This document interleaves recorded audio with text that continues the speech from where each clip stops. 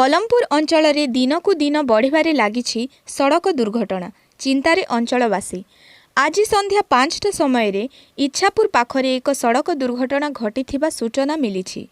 कोनोसी एक कामरे कलमपुर जाइथिबा रविकर नायक बयस 45 वर्ष निज ग्राम देपुर को एकुटिया फेरुथिबा समय कोनोसी एक अजणा व्यक्ति तांको धक्का देई चली जाइथिले। घटनास्थल रे पड़ी रहिथिबा रविकर नायक को स्थानीय लोक उद्धार करी कलमपुर गोष्ठी स्वास्थ्य केन्द्र को पठाइथिले। तांको नाकरे और कपाଳରେ गभीर आघात लागिथिबारु डाक्तर जिला मुख्य चिकित्सालय को स्थानांतरित करिसंती। किछि दिन हेला अंचल रे बढ़ुथिबा सड़क दुर्घटना अंचलवासींको मध्यरे चिंतार विषय पलटिछि।